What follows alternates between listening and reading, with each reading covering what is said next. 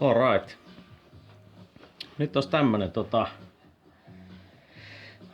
Fantasian mökki ja tää on 3D-printattu, eli PT77761 kävi tuomassa tämmösen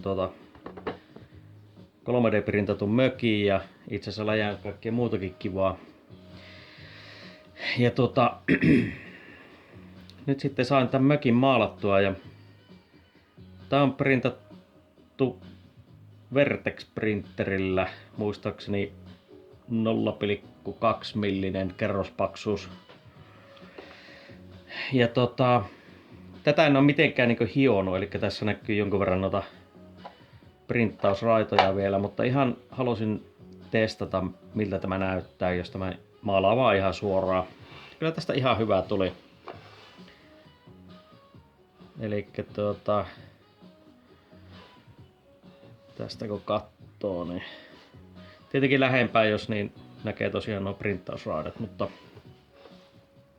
eipä ne oikeastaan haittaa. Eli tästäkö tää on tosiaan printerillä jyrätty. Täällä näkyy ehkä parhaiten nuo raidat sitten.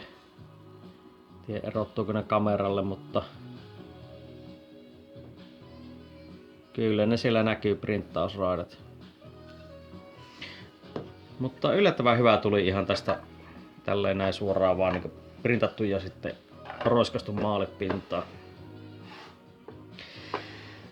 Ja tarkoitus olisi nyt sitten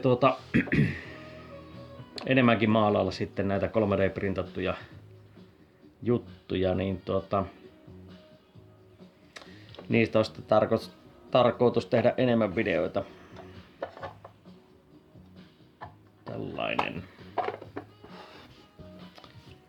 Seuraavaan kertaan.